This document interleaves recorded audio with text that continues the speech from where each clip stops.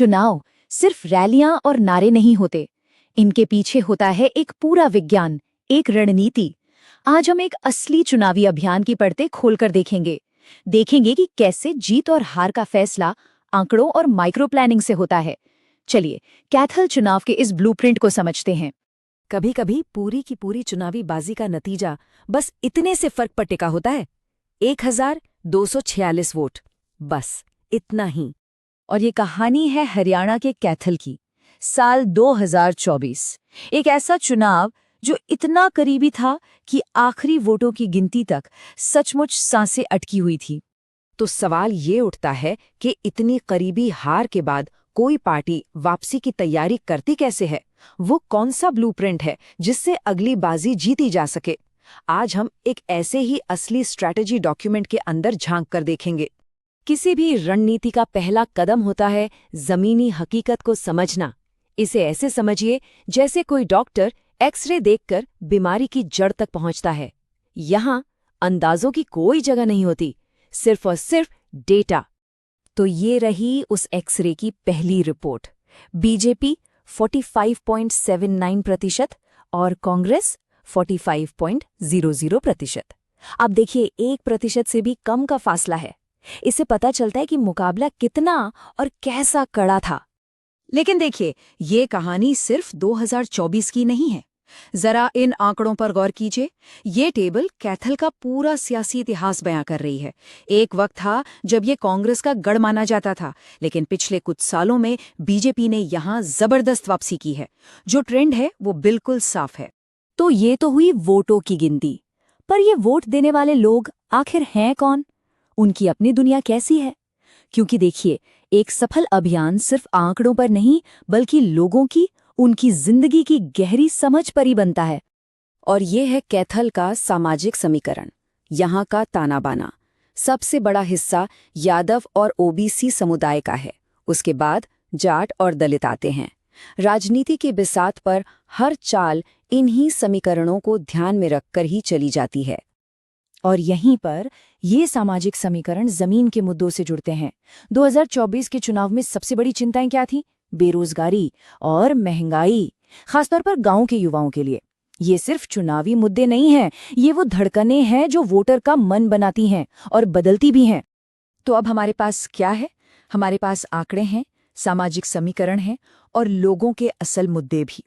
और यहीं पर हमें एक बात समझनी होगी, ये सारा विश्लेषण, ये सारी रणनीति आखिरकार लोगों के लिए है। भारत का संविधान हर नागरिक को गरिमा के साथ जीने का अधिकार देता है और एक जागरूक नागरिक के तौर पर अपनी बात रखने की आज़ादी भी। ये विश्लेषण उसी गरिमा को समझने की एक कोशिश है। इसे कहते हैं चतुर्मुख सिद्धांत। अब नाम सुनने में थोड़ा भारी लग सकता है, लेकिन इसका मतलब बहुत सीधा है। इसका मतलब है चुनावी मैदान को 4 अलग अलग नजरियों से देखना। एक तरह से ये एक 360 डिग्री एनालिसिस है, ताकि कोई भी पहलू छूट ना जाए। तो इसका पहला चेहरा है नेता, यानी अपने उम्मीदवार की असल ताकत क्या है। मिसाल के तौर पर आदित्य सुरजवाला के मामले में उनकी युवा अपील और एक ताज़ा साफ छवि। फिर आता है दूसरा चेहरा, मतदाता। उनके असल मुद्दे क्या हैं? जैसा हमने अभी देखा, नौकरियां, महंगाई। एक अच्छी रणनीति हमेशा इन्हीं मुद्दों के इर्द गिर्द बुनी जाती है। तीसरा चेहरा है विरोधी, मतलब सामने वाला प्रतिद्वंद्वी कितना मजबूत है और उसकी कमजोरियां क्या हैं। जैसे उनका पुराना और स्थापित लोकल नेटवर्क, ये उनकी ताकत हो सकती है। और आखिर में चौथा और शायद सबसे अहम चेहरा, वातावरण। यानी चुनाव के वक्त हवा किस तरफ बह रही है, देश का माहौल कैसा है, सरकार का कितना प्रभाव है, और हाँ, सोशल मीडिया जैसे नए हथियार कितने कारगर हैं। इन चारों को समझे बिना कोई भी रणनीति हमेशा अधूरी ही रहेगी। ठीक है, तो ये तो हुई कागज पर बनी रणनीति, ब्लूप्रिंट तैयार है। अब असली सवाल, इसे जमीन पर कैसे उतारा जाए?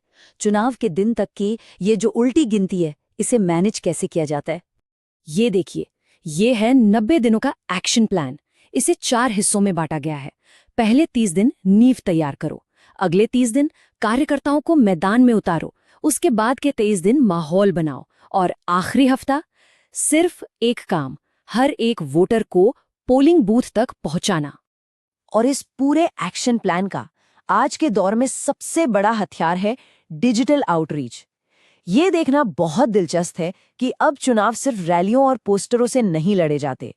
अब लड़ाई YouTube के लिए बनाए गए खास लोकल वीडियो पर होती है, WhatsApp पर भेजे गए सीधे संदेशों से होती है और Instagram रील्स के जरिए युवाओं तक पहुंचने से होती है। आज की राजनीति का यही नया चेहरा है। तो चलिए अब कैथल के इस एक उदाहरण से थोड़ा पीछे हटते हैं और जरा बड़ी तस्वीर को देखते हैं। ये केस स्टडी हमें आज की और आने वाले कल की राजनीति के बारे में क्या सिखाती है।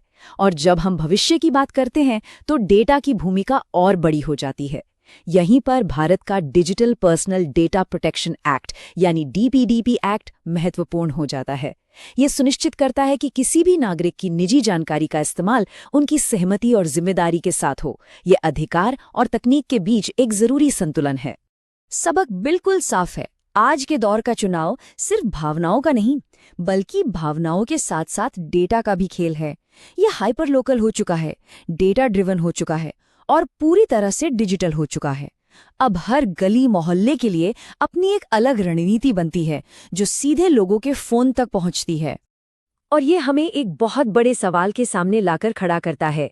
जब हर शिकायत का नक्शा बनाया जाता है और हर मतदाता को लक्षित किया जाता है, तो राजनीति का स्वरूप स्वयं कैसे बदल जाता है। If you want to become a people-centric leader and uplift your constituency, get in touch with blueprintstrategies.ai at mgr@blueprintstrategies.ai or call 08042041602. Purpose Beyond Politics.